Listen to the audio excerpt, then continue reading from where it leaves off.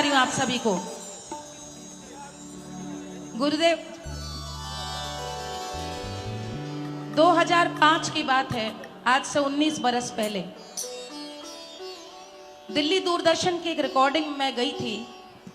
पतिदेव उस समय मेरठ में तैनात थे और फरवरी मार्च का महीना था। रिकॉर्डिंग में एक दो चीजें जब गा ली तो आप जानते हैं पारंपरिक विधा का समापन चैती से होता है, तो मैंने चैती आरंभ की गानी। जैसे मैंने चैती गानी आरंभ की तो ऊपर से आदेश आया, जैसे स्टूडियो होता है ना, ऊपर जो रिकॉर्डिस्ट होते हैं वो कट कट कट, आप ये नहीं गा सकती। मैंने पूछा क्यों नहीं गा सकती, मुझे लगा कि कुछ साउंड में प्रॉब्लम है या कुछ तकनीकी समस्या आ गई है। उन्होंने कहा आप अपने गाने को बदल दीजिए। मैंने कहा चैती तो बड़ी पुरानी हमारी लोक विधा है, इसे क्यों परिवर्तित करूं। बोले नहीं आप चैती गाइए कोई भी, लेकिन आप जो शब्द गा रही बदल दीजिए। और मैं इतनी चकित हुई, ऐसा भी दुर्भाग्य देश ने देखा है, उस समय बड़ा बलवान है। मैं वापस लौट आई और 19 बरस हो गए इस बात को गुरुजी। अब आप ये देखिए कि सब जगह उसके शब्द थे, लिहले जन्म रघुरैया हो रामा, लिहले अयोध्या में। उन्हें आपत्ति इससे थे कि ये मत कहिए कि राम अयोध्या में जन्मे थे, आप कुछ भी और गा दीजिए। और कल दूरदर्शन की, उसी दूरदर्शन की कॉन्सर्ट शुरू हो रही है, जिसका आरंभ मेरे ही द्वारा मुझसे ही गवा के, और मैं वही गाऊंगी जो 19 साल पहले गाने से रोका गया था गुरुदेव। ऐसा भी समय रहा है प्रभु, इस देश ने ये समय भी देखा है। और तब हिम्मत नहीं थी किसी के आकर के कहने की कि हम इतना बड़ा सत्य बोल पाए।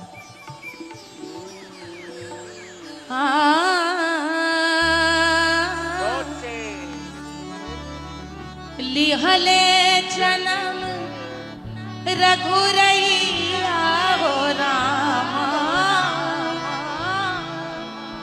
लिहले अयोध्या में, लिहले जन्म रघुरैया, लिहले जन्म रघुरैया हो रामा, लिहले अयोध्या में, लिहले जन्म रघुरैया, लिहले जन्म रघुरैया हो रामा, लिहले अयोध्या में, लिहले जन्म रघुरैया, लिहले जन्म, लिहले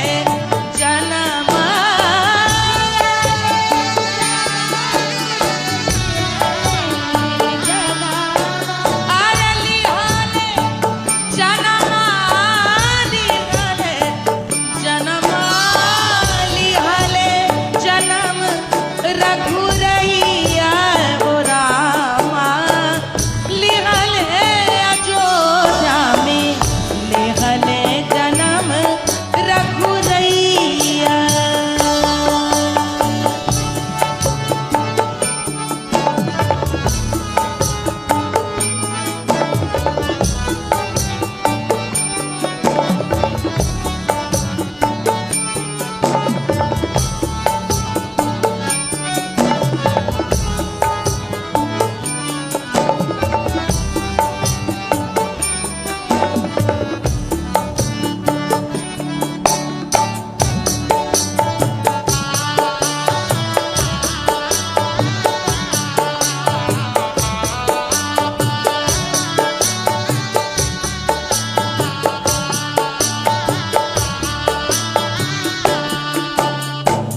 पिता दशरथ और माता कौशल्या, पिता दशरथ और माता कौशल्या, पिता दशरथ और माता कौशल्या, पिता दशरथ और माता कौशल्या, पिता दशरथ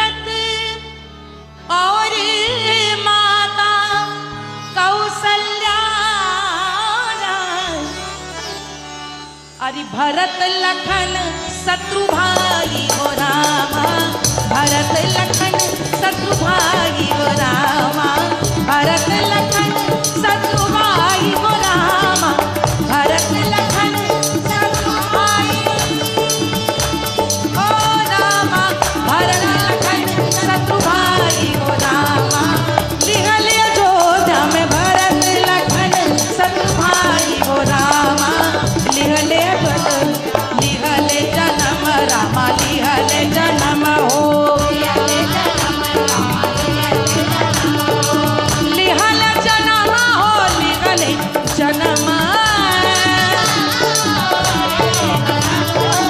लिहले जन्म हो, लिहले जन्म हो, लिहले जन्म रघुदैया हो रामा, लिहले अयोध्या में लिहले जन्म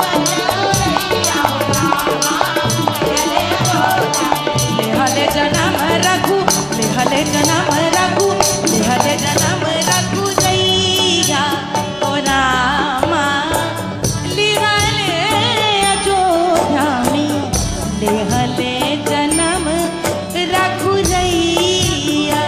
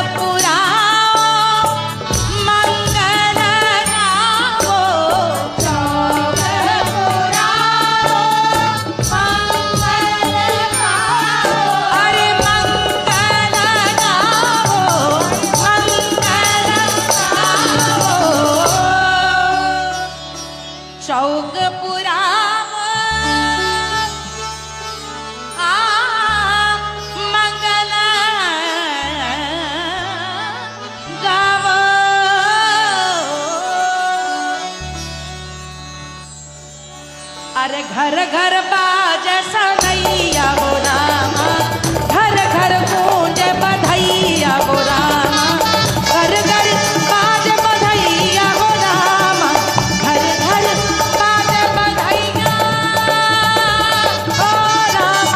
घर घर गूंज बधैया हो रामा, लिहले अयोध्या में घर घर बाज बधैया हो रामा, लिहले अयोध्या, लिहले अयोध्या में लिहले अयोध्या, लिहले अयोध्या में लिहले अयोध्या में लिहले अयोध्या, लिहले अवधमा लिहले अयोध्या, लिहले जन्म रघुदैया हो रामा, लिहले अयोध्या में लिहले जन्म रघुदैया हो रामा, लिहले अयोध्या, लिहले जन्म रघुदैया हो रामा, लिहले अयोध्या, लिहले जन्म, लिहले जन्म,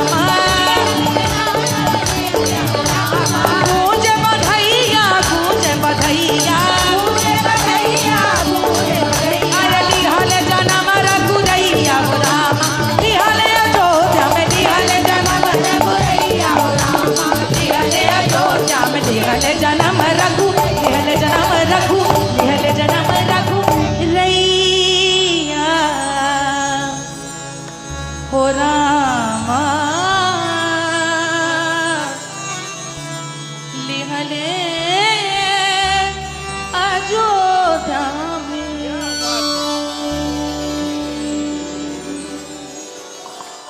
क्या बात।